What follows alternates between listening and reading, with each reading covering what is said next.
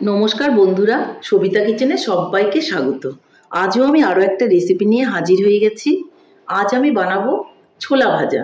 ছোলা ভাজা সাধারণত আমরা বাইরের থেকে কিনে এনেই খাই, কিন্তু আজকে আমি বাড়িতে ভাজলাম। বাড়িতে এইভাবে গরম গরম ছোলা ভেজে যদি পেঁয়াজ লঙ্কা ধনেপাতা দিয়ে খাওয়া যায় তাহলে তো দারুণ লাগে। দেখুন আমি ছোলাটা ভেজেছি। দেখুন এই ছোলাগুলো যে কয়েকটা আমি হাতে তুলে দেখাচ্ছি, এগুলো কিন্তু ভালো করে ফোলেনি, কিন্তু এটা কিন্তু ভাজা হয়ে গেছে। আপনি দেখবেন যে যারা বিক্রি করে ভেজে তাদের কিন্তু সবগুলো ছোলা এভাবে ফোলে না, দু চারটা ছোলা কিন্তু এমনিতেই ভাজে কিন্তু ফেটে যায় না। আবার দেখুন আমার বেশিরভাগ ছোলাগুলোই কিন্তু ফুলেছে আর ফেটে ফেটে গেছে, অল্প সংখ্যক ছোলা কিন্তু আমার ফাটেনি। দেখুন কত সুন্দর হয়েছে, একটু কাছ থেকে দেখাচ্ছি। তো এইভাবে আপনারা খাবেন। এই দেখুন একদম গুঁড়ো হয়ে যাচ্ছে, এই দেখুন একদম ছাতু হয়ে যাচ্ছে, মানে এতটাই ভালো ভাজা হয়েছে। তাহলে আপনারা এইভাবে বাড়িতে ছোলা ভাজা করুন আর খান, দেখবেন ভীষণই ভালো লাগবে। তাহলে আমি এই ছোলা ভাজাটা বাড়িতে কি করে বানালাম সেটাই দেখে নেওয়া যাক। ছোলা ভাজা বানাতে গেলে প্রথমেই কিন্তু আমাকে কিছু ছোলা নিয়ে নিতে হবে। আমি কিছু ছোলা নিয়ে নিয়েছি। দেখুন যেই ছোলাগুলো আমরা পেঁয়াজ লঙ্কা দিয়ে ভাজা করে মেখে খাই বা মিশালের মধ্যে দেওয়া হয়, সেই ছোলাটাই কিন্তু আমি ভাজবো। দেখুন ছোলাটা আমি নিয়ে নিয়েছি একটা বোলের মধ্যে। এখন আমি ছোলাটাকে ভাজার জন্য উনানের দিকে চলে যাব। এই ছোলাগুলো আপনার বাজারেই পেয়ে যাবেন, যে কাঁচা ছোলা। আর এটা বাজার থেকে কাঁচা ছোলাটা কিনে এনে আপনারা বাড়িতে ভাজুন আর গরম গরম খান। তাহলে আমি চলে যাচ্ছি নেক্সট স্টেপে। ছোলাটা ভাজার বসানোর আগে আপনারা দুটো ছাঁকনি রেডি রাখবেন। এই ধরনের টিনের একটা ছাঁকনি রেডি রাখতে পারেন, যেটা দিয়ে আমরা আটা চালি, বা আপনারা এই ধরনের একটা ছাঁকনি রেডি রাখতে পারেন।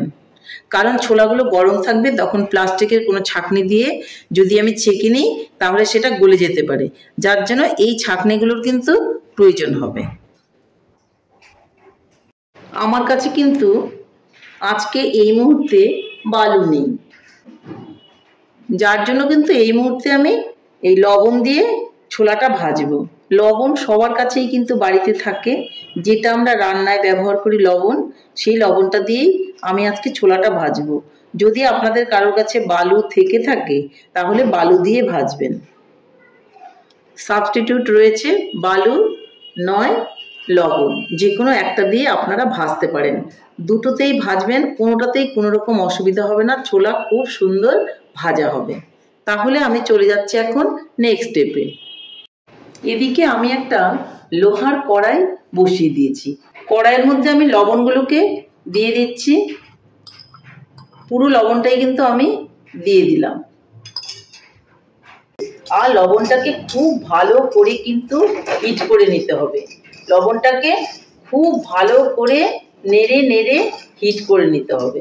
যদি লবণটা ভালো গরম না হয় তাহলে কিন্তু ছোলাগুলো একটাও ফুলবে না। আর লবণটা যত বেশি হিট হবে তত ছোলাগুলো কিন্তু খুব ভালো করে ফুলে উঠবে।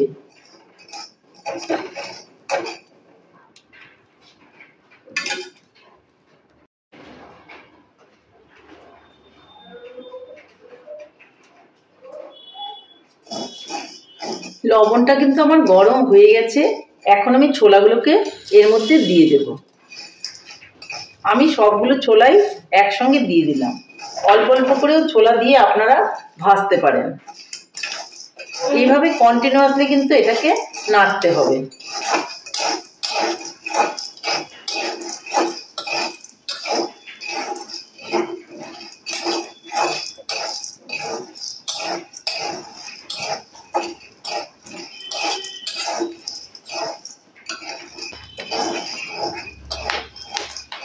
দেখুন ছোলাগুলো কিন্তু ফুটতে শুরু করেছে। খুব কেয়ারফুলি ভাজতে হবে যেন ছোলাগুলো পুড়ে না যায়।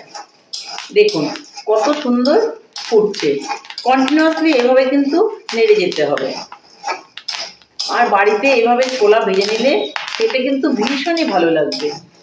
দেখুন কেমন সুন্দর করে ফুটে উঠছে, আপনারা দেখতেই পাচ্ছেন। কিন্তু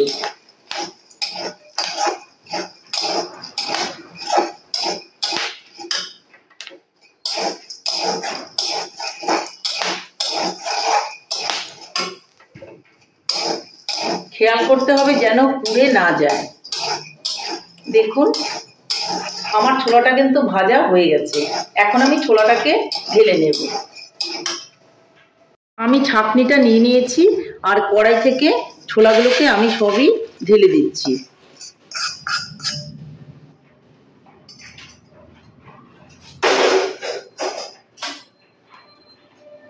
আর এইভাবে আমি চেলে দিচ্ছি। দেখুন ছোলাটা কিন্তু আমার রেডি হয়ে গেছে। নিচ থেকে লবণটা পড়ে গেছে আর ছোলাগুলো কিন্তু উপরে সব রয়ে গেছে। আর কত সুন্দর হয়েছে।